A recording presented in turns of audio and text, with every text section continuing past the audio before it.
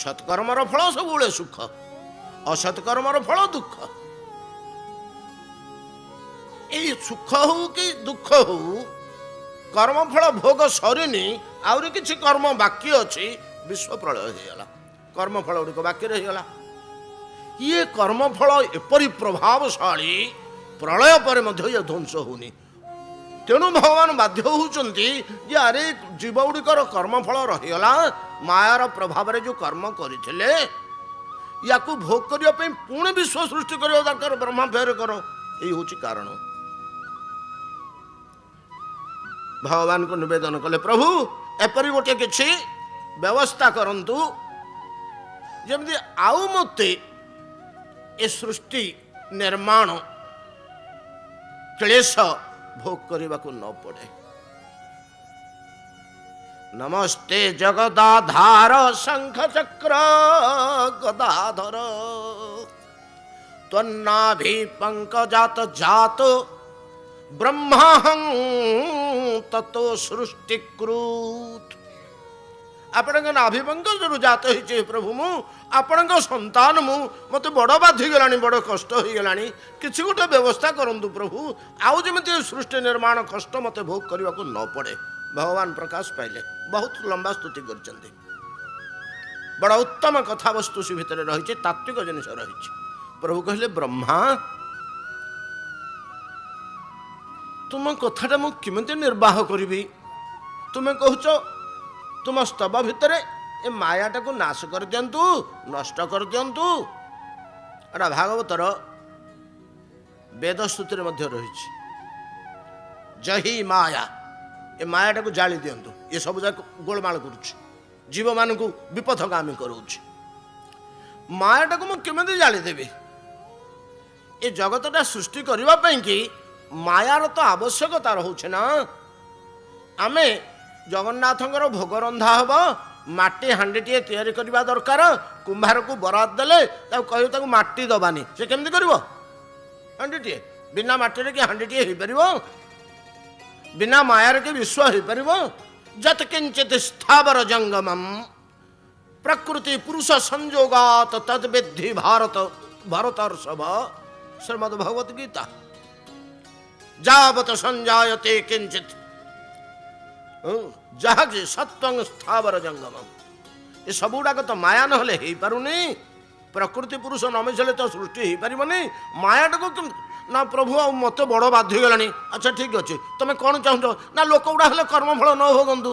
ତାର ବ୍ୟବସ୍ଥା ଅଛି, ବ୍ରହ୍ମା ତାର ବ୍ୟବସ୍ଥା ଅଛି। ଏ ଜଗତରେ ମୋ ନିର୍ଦ୍ଦେଶରେ ତୁମେ ତିଆରି କରିଛ, କିନ୍ତୁ କଳ୍ପନା ତ ମୋର ନା। କୌଣସି ବସ୍ତୁର ଅଭାବ ନାହିଁ।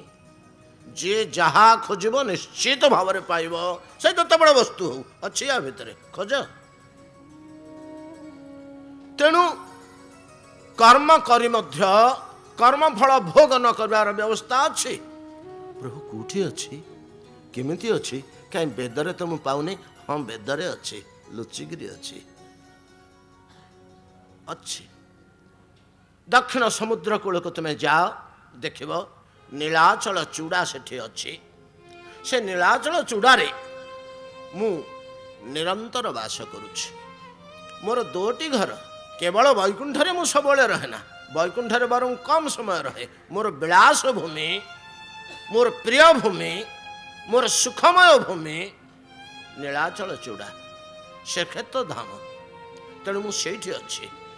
କିନ୍ତୁ ଏ ବୈକୁଣ୍ଠରେ ରହିଲେ ତ ମୁନି ଋଷି ଦେବତା ଏମାନେ ସମସ୍ତେ ମୋତେ ନାନା ଜଞ୍ଜାଳ କରୁଛନ୍ତି।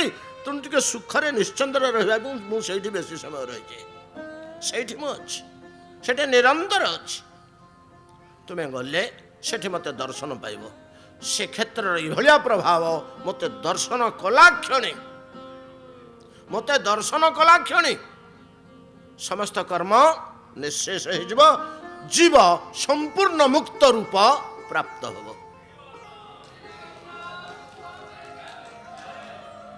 ବ୍ରହ୍ମା ତୁମେ ଜାଣ, ଛିଦ୍ୟତେ ହୃଦୟ ଗ୍ରନ୍ଥି ଭିଦ୍ୟତେ ସର୍ବ ସଂଶୟା କ୍ଷୀୟନ୍ତେ ଚାସ୍ୟ କର୍ମାଣି तस्मिन् दृष्टे परावरे भगवान गोटे ना हूँ परावर तार तात्पर्य अच्छी समय लगे भगवान परावर को दर्शन करदेला क्षणी भिद्यते हृदय ग्रंथि छिद्यते सर्वसंशया क्षीयते चास्य कर्माणि ये तीनोटी आग कार्य हो जाए समस्त कर्म क्षय हो जाए या शास्त्र में अच्छी ना नहीं हाँ अच्छी प्रभु एटा सेठी ही संभव एटा सही क्षेत्र में ही संभव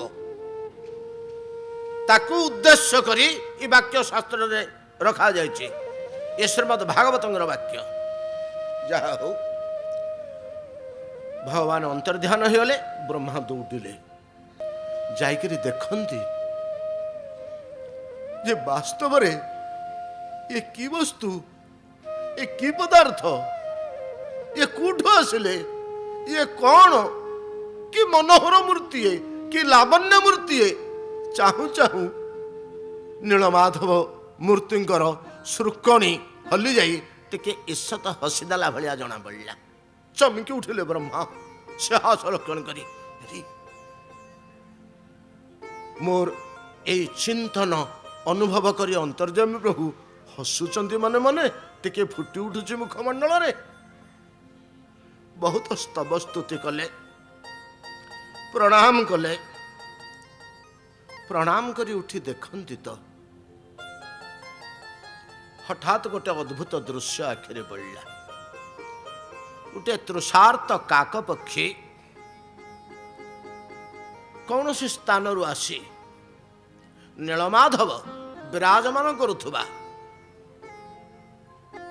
स्थानर अनति दूर रे एक कुंड मध्यवर्ती जल पान करी पक्षी स्वभाव काक स्वभाव जल पान कला परे टिके पक्षी छाटी होती से देहरे शीतलता कूलरे जो बसी पड़ी मुह टेकीदेला उपरकू सामने नीलमाधव अच्छा संगे संगे चतुर्भुज मूर्ति हो गला नारायण मूर्ति एवं आकाशरू वैकुंठरू आसिक रथ पहुँचला से काक प्रणाम करी करी प्रभु महिमा गाई गाई से रथ रे वैकुंठ को गला ब्रह्मा कहले कि अवस्था मु तो चिंतारे पड़ी निर्णय करि पारुनथुली ए विश्वर तो सबु गुड़ाक मो हाथ गढ़ा ए पर्वत तो मु तैयारी करनी ए वृक्ष तो मु तैयारी करनी एगुड़ाक तो मत निर्मित नुहे एगुड़ा किए कला केमिति हला से चिंता मोर दूर न हो किसी निष्पत्ति मु करि पारु नाही एटा कौन किमत किमाकार जिनिस ये मो पे स्वप्न ना कौन मो छड़ा आउ तो किए स्रष्टा नहीं मो ब्रह्मांड भितर ये गोटे अनवद्य सृष्टि एटा तो चिन्मय वस्तु भाया देखा जाउची तार माटी पत्थर को खोलिकी देखले एटा पंचमहाभूतर तैयारी नुहे से तो ब्रह्मा न आम भाया लोक नुहति एटा तो चिन्मय सत्ता भाया बाहरुची या देहर तो चिन्मय गंध बाहरुची ये कि अद्भुत कि आश्चर्य मो घर भितर अच्छी आज पर्यंत मु जानी रत्न आ तार महिमा मध्य संगे संगे देखा जाउची एक आमिष भोजी उच्छिष्ट भोजी मल भोजी काक पक्षी जहाँ नरक मध्य स्थान दबनी सियांकर मुखावलोकन करी वैकुंठ जाउची आ तो कल्पना करी होनी ये अवस्था हठात धर्मराज जम आसी पहुँची गले सेठी जमंगर 14टी गुप्तचर ये अच्छा आमर प्रतिदिन कर्तव्य कर्म नहीं सेठी जमंग पाखे लिखेवाई भागवतर तार विस्तृत वर्णना रही गुप्तचर जाई कही आज्ञा गोटे काक पक्षी में उद्धार पाईगला आम कौन पापी के दंड दबा सी देखीदे सी मुक्त पाऊँ जम दौड़ी आसिले प्रभु आमि रही तिष्टि मोर मर्यादा तो लोप पाइब ये धीरे धीरे ब्रह्मा जी देखिले आज पर्यंत कहीं आम जान नु एणिकी समस्ते धीरे धीरे जानवे समस्ते दौड़ी आसबे आपण को दर्शन करदे मुक्त हे ताहले मोर आ कौन आवश्यकता रही पाप पुण्य तो नथिबा मु विचार करी कौन प्रभु किसी गोटे व्यवस्था करंतु जेतबेले ए कथा कहिसंती जम भगवान सेतबेले टिके हसिले हसिक निजे कि कहलेनी ନିଜେ କିଛି କହିଲେନି। କ'ଣ କଲେ? ବାମ ପାର୍ଶ୍ୱ ଗତା ଶୁଭ୍ରାମ ନେତ୍ରାନ୍ତେ ନାଦିଶତ ଶ୍ରିୟମ୍। ନୀଳମାଧବଙ୍କର ବାମ ପାର୍ଶ୍ୱରେ ଲକ୍ଷ୍ମୀ ଅଛନ୍ତି। ସେ କେମିତି ଅଛନ୍ତି? ବାମ ପାର୍ଶ୍ୱ ଗତା ଲକ୍ଷ୍ମୀ ଆଶ୍ଳିଷ୍ଟା ପଦ୍ମପାଣିନା ବଲ୍ଲକୀ ବାଦନଂ ପରା ଭଗବତ ମୁଖ ଲୋଚନା।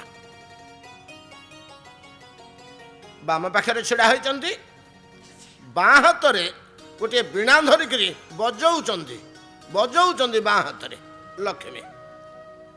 ଡାହାଣ ପାଖରେ ଡାହାଣ ହସ୍ତରେ ପ୍ରଭୁଙ୍କ ଅଣ୍ଟାକୁ ବେଷ୍ଟନ କରି ଧରିଛନ୍ତି। ଆଶ୍ଳିଷ୍ଟା ଆଲିଙ୍ଗନ ବଦ୍ଧା ଆଶ୍ଳିଷ୍ଟା ପଦ୍ମପାଣିନା, ହାତରେ ପଦ୍ମ ଫୁଲଟିଏ ଧରିଛନ୍ତି। ବଲ୍ଲକୀ ବାଦନ ପରା ଭାଗବତ ମୁଖ ଲୋଚନା। ଏକ ଲୟରେ ହୃଦୟ ମନୋହର, ହୃଦୟ ଆକର୍ଷକ, ପରମ ଲାବଣ୍ୟମୟ ପ୍ରଭୁ ନୀଳମାଧବଙ୍କର ମୁଖମଣ୍ଡଳକୁ ନିରୀକ୍ଷଣ କରି ସେ ମୁଖରୁ ମଧୁର ରସ ପାନ କରୁଛନ୍ତି ନୟନ ଦ୍ୱାରା। ଆଚ୍ଛା, ଏମିତି ଅବସ୍ଥାରେ ଯେତେବେଳେ ଲକ୍ଷ୍ମୀ ଅଛନ୍ତି ବାମ ପାର୍ଶ୍ୱରେ, ମୁହଁରେ ପାଟି ଖୋଲିକିରି ନୀଳମାଧବ କିଛି କହିଲେନି ତାଙ୍କୁ। ଯମଙ୍କର ପ୍ରସ୍ତାବ ଶୁଣି କ'ଣ କଲେ? ନେତ୍ରାନ୍ତେନ ଆଦିଶତ ଶ୍ରିୟମ୍, ନେତ୍ରାନ୍ତେ ନାଜିଶତ ଶ୍ରିୟମ୍, ନୟନରେ ଠାରିଦେଲେ। ଯଦି ନୟନରେ ଠାରିଦେଲେ, ମୁହଁରେ କିଛି କହିନାହାନ୍ତି, ଏ ତ ବାମ ପାର୍ଶ୍ୱରେ ଅଛନ୍ତି, ପ୍ରଭୁ ତ ସିଧା ସାମନାକୁ ଚାହିଁଛନ୍ତି। ଆଖିରେ ଯଦି କାହାକୁ ଠାରିବା, ଯା ଉପରେ ଦୃଷ୍ଟି ପଡ଼ୁଛି ସିଏ ବୁଝିବ ନା, ଆଉ ଏଟା ତାକୁ ନିର୍ଦ୍ଦେଶିତ ହବ। ଆଉ ଜଣକୁ ଯଦି ଆମେ ଆଖିରେ କିଛି ଇସାରା ଦେବା, ଭ୍ରୁଭଙ୍ଗୀ ଦ୍ୱାରା କିଛି ଇସାରା ଦେବା, ତା ମୁହଁକୁ ଚାହିଁଥିବା ଦରକାର। ଆଉ ଲକ୍ଷ୍ମୀ ତ ଏପଟେ ମୁହଁ ବୁଲେଇକିରି ଅଛନ୍ତି, ତାହେଲେ ପ୍ରଭୁ କ'ଣ ନୀଳମାଧବ ଲକ୍ଷ୍ମୀଙ୍କ ଆଡ଼କୁ ମୁହଁ ବୁଲେଇଲେ? ନହେଲେ ନୟନ ଇଙ୍ଗିତ କେମିତି ଦେବେ? ସେ ଯୁଆଡ଼େ ଚାହୁଁଛନ୍ତି ଇଙ୍ଗିତଟା ସିଆଡ଼େ ଯିବ ନା, ଆଉ ଲକ୍ଷ୍ମୀଙ୍କୁ ବୋଧ ହବ କି? ତେଣୁ ଏଠି ସ୍ପଷ୍ଟ ପ୍ରମାଣ ହେଉଛି ନୀଳମାଧବ ମୁହଁ ବୁଲେଇ ଲକ୍ଷ୍ମୀଙ୍କ ମୁହଁକୁ ଚାହିଁ ନୟନ ଇଙ୍ଗିତ ଭୃଲତା ଦ୍ୱାରା ନେଲେ। ଯମ ଯାହା କହିଲେ ତାର କିଛି ପ୍ରତ୍ୟୁତ୍ତର ଦିଅ, ଏଇ ଇଙ୍ଗିତ। ଠିକ ଅଛି, ଦିଅନ୍ତୁ। ତେବେ ଏଠି ମୋ ମନରେ ଗୋଟିଏ ଏଇଭଳିଆ ସୂଚନା ଆସୁଛି ପ୍ରଭୁଙ୍କ ପ୍ରତି, ହଏ ପ୍ରଭୁ ତୁମେ ମୁହଁ ବୁଲେଇଲ, ଲକ୍ଷ୍ମୀଙ୍କ ଆଡ଼କୁ ଚାହିଁଲ ନା? ନାଇଁ, ସେ କଥା ତ ଶାସ୍ତ୍ରରେ କୁହାଯାଇନି। ସବୁ କଥା କ'ଣ କୁହା ହୁଏ କି? ଗୋଟିଏ କଥା କହିବେ ଆମେ ତାକୁ ଧରିବ ନା? କେତେ ଲେଖା ହବ, ସରିବ କି ଗ୍ରନ୍ଥ? ତେବେ ନୟନ ଇଙ୍ଗିତ କଥା କହିଲ ତ, ଯିଏ ନୟନରେ ଆଖିରେ ଠାରି ପାରୁଛି, ଭୃଲତାକୁ ନଚେଇ ପାରୁଛି, ଏତକ ଯିଏ କରିପାରୁଛି, ବେକଟା ବୁଲେଇକିରି ମୁହଁ ବୁଲେଇକିରି କହିବାଟା କ'ଣ ଅସମ୍ଭବ କି? ଅସୁବିଧା କ'ଣ? ଯେମିତି ସାକ୍ଷୀ ଗୋପାଳଙ୍କ ପାଖରେ, ଆମର ଏଇ ସାକ୍ଷୀ ଗୋପାଳ ବୃନ୍ଦାବନରେ ଥିଲେ ନା, ବହୁତ ଲମ୍ବା ଇତିହାସ। ସେଠି ଛୋଟ ବ୍ରାହ୍ମଣ ଯାଇକିରି ପହଞ୍ଚିକିରି ନିମନ୍ତ୍ରଣ କଲେ, ପ୍ରଭୁ ବଡ଼ ବ୍ରାହ୍ମଣ ମୋତେ କହିଥିଲେ ତାଙ୍କର କନ୍ୟା ଦାନ କରିବେ ବୋଲି, ଏବେ ମନା କରୁଛନ୍ତି। ଆପଣଙ୍କ ଆଗରେ ଏଇ କଥା ହେଇଥିଲା, ଆପଣ ହିଁ ଜଣେ ସାକ୍ଷୀ, ଚାଲନ୍ତୁ ଯିବା। 8 ଦିନ 10 ଦିନ ପଡ଼ିଲା, ତାର ଭକ୍ତିରେ ଅଭିଭୂତ ହୋଇ ଗୋପାଳ ସେଠି କହିଲେ, ରେ ମୂର୍ଖଟେ କିରେ ତୁ ବ୍ରାହ୍ମଣ, ଇରେ ପଥର ପ୍ରତିମା କୋଉଠି ସାକ୍ଷୀ ଦେବାକୁ ଯାଏ? ସେଠି ବ୍ରାହ୍ମଣ କ'ଣ କହିଲା କି, ମହାପ୍ରଭୁ ପଥରର ପ୍ରତିମା ଯଦି କଥା କହିପାରୁଛି, ଆଉ ତାର ପାଦରେ ଚାଲିକିରି ଯିବାକୁ କ'ଣଟା ଅସୁବିଧା ହେଇଯାଉଛି? ଏଇ କଥାଟି କହିଦେଲ ନା, ଆଉ ସେଇଥିରେ ଚୁପ୍ ହେଇଗଲେ। ଆଉ କିଛି କହିବା, ହଉ ଚା ପଛକୁ ଚାହିଁବୁନି, ବହୁତ ଲମ୍ବା କଥା। ଠିକ ସେଇଭଳିଆ ଯିଏ କଥା କହିପାରୁଛି, ଯେମିତି ବ୍ରାହ୍ମଣ ଯୁକ୍ତି କଲା ଯେ ସେ ଚାଲି କାହିଁକି ପାରିବନି, ଯିଏ ଆଖି ଠାରି ପାରୁଛି ସେ ବେକ କାହିଁ ବୁଲେଇ ପାରିବନି? କହ ପ୍ରଭୁ, ଏଇଟା ମୁଁ ଯୁକ୍ତି କରୁଛି, ମୁଁ ମଧ୍ୟ ଗୋଟେ ବ୍ରାହ୍ମଣ। ଅତଏବ ଏଥିରୁ ପ୍ରମାଣ ହେଉଛି, ଯଦି ଦକ୍ଷିଣା ପବନରେ ପ୍ରଭୁଙ୍କ କନ୍ଧରୁ ଉତ୍ତରୀୟ ଖସି ପଡ଼ୁଥିବ ନୀଳମାଧବଙ୍କର, ସେ ନିଶ୍ଚୟ ଟେକିକିରି ପକଉଥିବେ ନା। ଆଉ ଏଇଟା ତ ସବୁ ତା ପଛକୁ ପଛକୁ ଲାଗିଯାଉଛି। ଅତଏବ ଏଥିରୁ ପ୍ରମାଣିତ ହେଉଛି, ଇଶାରା ଦେଇ ପଳେଇଲେ शास्त्र इशारा दे पड़े जार भाव अच्छी जार भक्ति अच्छी जार बुद्धि अच्छी एथुर अनुभव कर तत्वटी कौन अर्थात नीलमाधव साक्षात एक प्राणवंत जीवंत प्रतिमा थिले मूर्ति नथिले। जम कृतार्थ हेले लक्ष्मी कथा शुणी लक्ष्मी कही आमे स्थान छाड़ी जापरबुनि कुआडे। जम तुम एक कथा कौन कहूच प्रभु कृपार तुमर राजुति ठीक चलो चिंता करना प्रभुंर इच्छा बलवान तेरे आम स्थान छाड़ी कुआडे जापरबुनि। एटा आमर अत्यंत प्रिय स्थान आमर विलास भूमि एठू जीवार प्रश्न नहीं। ए जम गोटे कथा कहबी शुणिम लक्ष्मी कहते आज जो पृथ्वी प्रलय हो जाए चतुर्दश ब्रह्मांड विलीन हो जाए अदृश्य हो जाए सेतिक बेले मध्य आम ये थाऊ। जम तो बुद्धिमान लोक मनुष्य मान भितर गौतम देवता मान भितर धर्मराज जम दुई जन आमे ब्रह्म विद्यार आचार्य आचार्य कहले पढ़ेवा लोक प्रोफेसर पाउच उपनिषद आम पाइबा जम नचिकेता संवादर आउ तो शुना समस्ते ब्रह्मविद ब्रह्मज्ञ ब्रह्मज्ञानी किंतु ब्रह्म तत्वर अध्यापक ये दुई जन आम पाउच आचार्य गौतम आचार्य जम इभलिया लोकटी जमराज किसी कम व्यक्ति नुहंती से निश्चय चिंता करिथिबे जे माँ कहउछंती बोली सिना मु किछि कहि पारुनी चतुर्दश भुवनर सत्ता तो रहिबनी ब्रह्मा मध्य रहिबनी पहाड़टे केमिति रहिब वृक्ष केमिति रहिब ठाकुरंग कथा अलगा ए क्षेत्र नष्ट होबनी बोली कहउछंती एटा केमिति संभव हबो।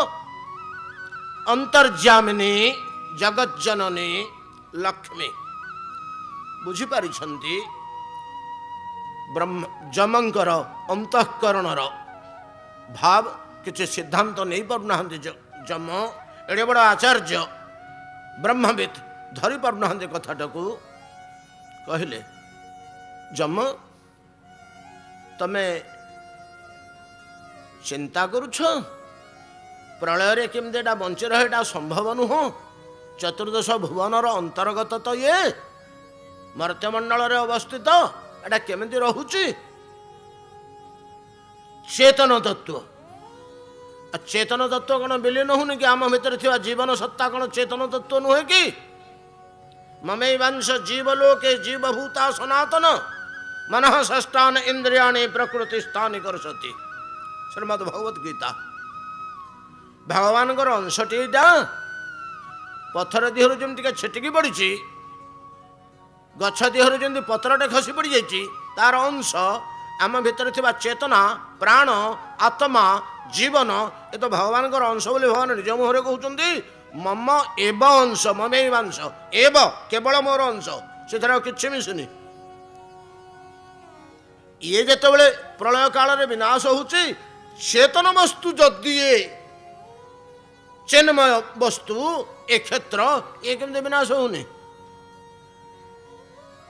एटा हूँ शंका भितर लुचिकी अच्छी सेतिक बेले कहते असंभव मन करुछ जम शुण कर्तुम अकर्तुम अन्यथा कर्तुम समर्थ स भगवान ए प्रभु आंगुठी देखे कहीदेले कर्तुम अकर्तुम अन्यथा कर्तुम समर्थ सबकिछि करने को समर्थ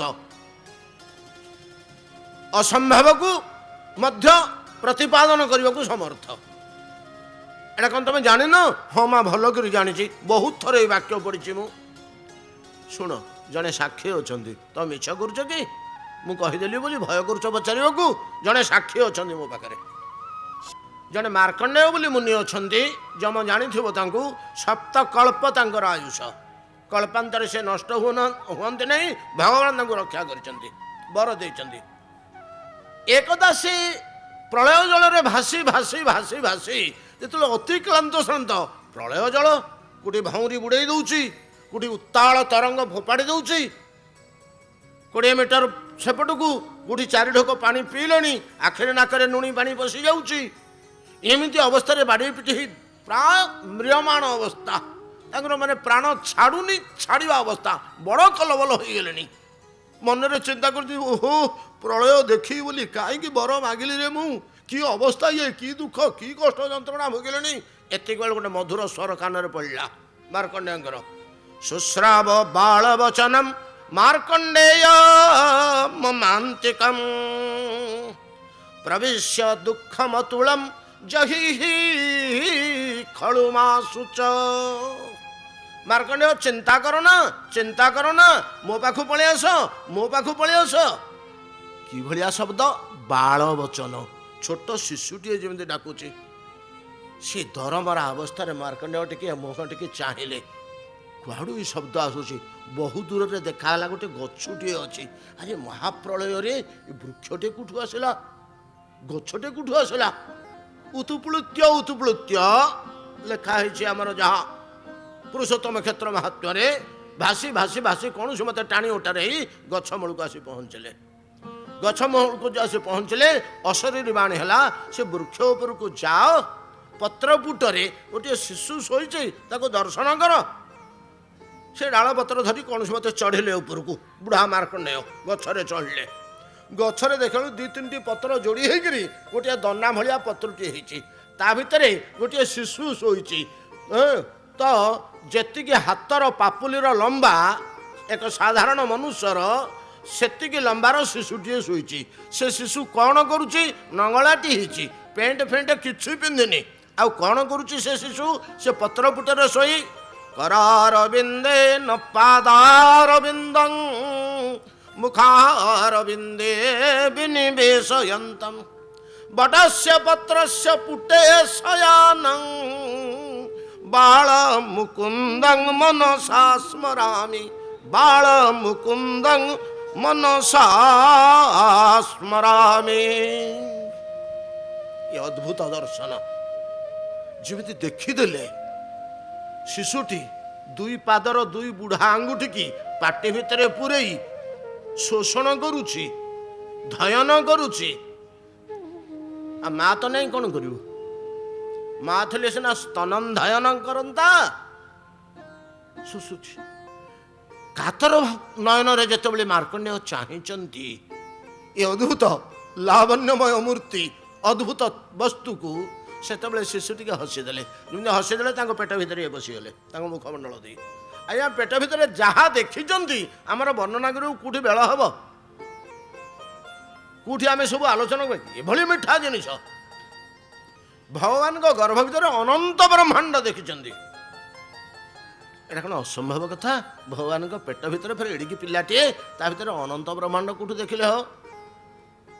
ଇଏ ଜୈମିନୀ କାହିଁ ମିଛ କହିବେ? ଏ ତ ସବୁ ଶାସ୍ତ୍ରରେ ଅଛି। ବାଲ୍ମୀକି ମିଛ କହିଲେ, ରାମାୟଣରେ ଅଛି। ସୁଖଦେବ ଗୋସ୍ୱାମୀ ମିଛ କହିଲେ, ଭାଗବତରେ ଅଛି। ଯେତେବେଳେ ମାଟି ଟିକେ ଖାଇଦେଲେ କୃଷ୍ଣ, ବଳରାମ ଦୌଡ଼ି ଯାଇକରି ମାଆଙ୍କୁ କହିଦେଲେ, ଏ ମାଲୋ ମାଲୋ ମାଲୋ, ଦୌଡ଼ିଆ ଦୌଡ଼ିଆ। କିରେ କ'ଣ ହେଲା ରେ, କ'ଣ ହେଲା ରେ, ମୋ ପିଲାର କ'ଣ ହେଇଗଲା କି, କ'ଣ ହେଲା ରେ ବଳି? କାମ ଛାଡ଼ି ଦେଇକରି ଦୌଡ଼ିଲେ। ନା ମେଞ୍ଚା ମେଞ୍ଚା ମାଟି ଖାଇ ଦେଉଛି ଲୋ ମା, ମେଞ୍ଚା ମେଞ୍ଚା ମାଟି ଖାଇ ଦେଉଛି। ହୋଇରେ ବଳି, ଛଡ଼େଇଲୁନି ତା ହାତରୁ ଯେମିତି ଛଡ଼େଇଲେ ମା, ମତେ ଦି ବିଧା ମାରିଲା ଲୋ। କାନ୍ଦି କାନ୍ଦି ବଡ଼ ଠାକୁର କହିଲେ, ମାଟି ଖାଇବାରେ ଏଡ଼େ ପ୍ରିୟ। ମା ଦୌଡ଼ି ଗଲେ, ଦୌଡ଼ି ଯାଇକରି କହିଲେ, କୃଷ୍ଣ ମାଟି ଖାଇଲୁ? କୃଷ୍ଣେ ନା ସ୍ୱଗତେ ନରଙ୍ଗତୁ ମଧୁନା ମୃଦ ଭାକ୍ଷିତା ସ୍ୱଚ୍ଛୟା ସତ୍ୟମ କୃଷ୍ଣ କଏବ ମାହମସଳି ମିଥ୍ୟାପସ୍ୟାନନ ବ୍ୟାଦେହିତେ ବିଦାରିତେ ଶିଶୁ ମୁଖେ ଦୃଷ୍ଟ୍वा समस्तं जगत् माता जस्य जगाम विस्मय पदम कृष्ण सपुष्णातु न। कृष्ण माटी खाइलु तो भाई कहला मिछ, कारण बाटी अच्छे तो मेचे ना, मिथ्या मिथ्या पश्वस्यानन तो बाटी देखा चापिक धरले कहीं गिली पार ना रही आ पाटी खोलु ना। माँ जबरदस्त गाई की औषध खुआला भाया पेट पाटी के मेला करी दी हाथ रे ब्यादहिते विदारिते शिशु मुख ବିଦୀର୍ଣ୍ଣ କରିକି ମୁଖକୁ ଚାହିଁ ଦିଅନ୍ତି ଯେ ଅନନ୍ତ କୋଟି ବ୍ରହ୍ମାଣ୍ଡ, କୋଟି କୋଟି ସୂର୍ଯ୍ୟ, କୋଟି କୋଟି ଚନ୍ଦ୍ରମା, ଆଉ ଲକ୍ଷ୍ମୀ ଜୈମିନୀ କାହିଁ ମିଛ କହିବେ? ଏ ତ ସମସ୍ତେ କହିଛନ୍ତି, ସବୁ ଋଷିମାନେ। ଆମେ ଅବୋଧ, ଆମେ ଜାଣିନୁ, ବୁଝିପାରୁନୁ କେମିତି ତା ଭିତରେ ଏତିକି ବିଶ୍ୱ ବ୍ରହ୍ମାଣ୍ଡର ସମ୍ଭାବନା ହଉଛି। ଅତଏବ ତା ଭିତରେ ବୁଲିଲେ ବୁଲିଲେ ଯାହା ଦେଖିଲେ ଦେଖିଲେ, ସେଇ ଗର୍ଭ ଭିତରେ ଦେଖିଲେ ପ୍ରଳୟ ହେଇଛି। ଗୋଟିଏ ବଟ ବୃକ୍ଷ, ତା ଉପରେ ନିଜେ ଚଢ଼ିଛନ୍ତି, ପତର ପୁଡ଼ିଆଟି ଭିତରେ ବାଳମୁକୁନ୍ଦ ଶୋଇଛନ୍ତି। ଯେମିତି ଦେଖିଦେଲେ ଫେର ବାଳମୁକୁନ୍ଦ ହସିଦେଲେ, ପେଟ ଭିତରୁ ବାହାରି ପଡ଼ିଲେ। ବଡ଼ ବିଚିତ୍ର କଥା ଗୁଡ଼ା, ଇମାଜିନ୍ କରି ହଉନି, ଧରି ହଉନି ସହଜରେ। କିନ୍ତୁ ବେଦ ବାକ୍ୟ ମିଥ୍ୟା ନୁହେଁ। ଆମର ଜ୍ଞାନର ଅଭାବ, ଆମର ବୋଧ ଶକ୍ତିର ଅଭାବ। ଯମ ସେଇଠୁ ମାର୍କଣ୍ଡେୟ କ'ଣ କଲେ? ଏ ସ୍ଥାନ ଛାଡ଼ି ଆଉ କୁଆଡ଼େ ଗଲେନି। ଏଇ କ୍ଷେତ୍ରରେ ଗୋଟେ ଗର୍ତ୍ତ ଖୋଳି ତା ଭିତରେ ଘୋର ତପସ୍ୟା କଲେ, ଯାହା ବର୍ତ୍ତମାନ ମାର୍କଣ୍ଡେୟ ପୁଷ୍କରିଣୀ ନାମରେ ଖ୍ୟାତ ମହାନ ତୀର୍ଥ ଶ୍ରୀକ୍ଷେତ୍ରର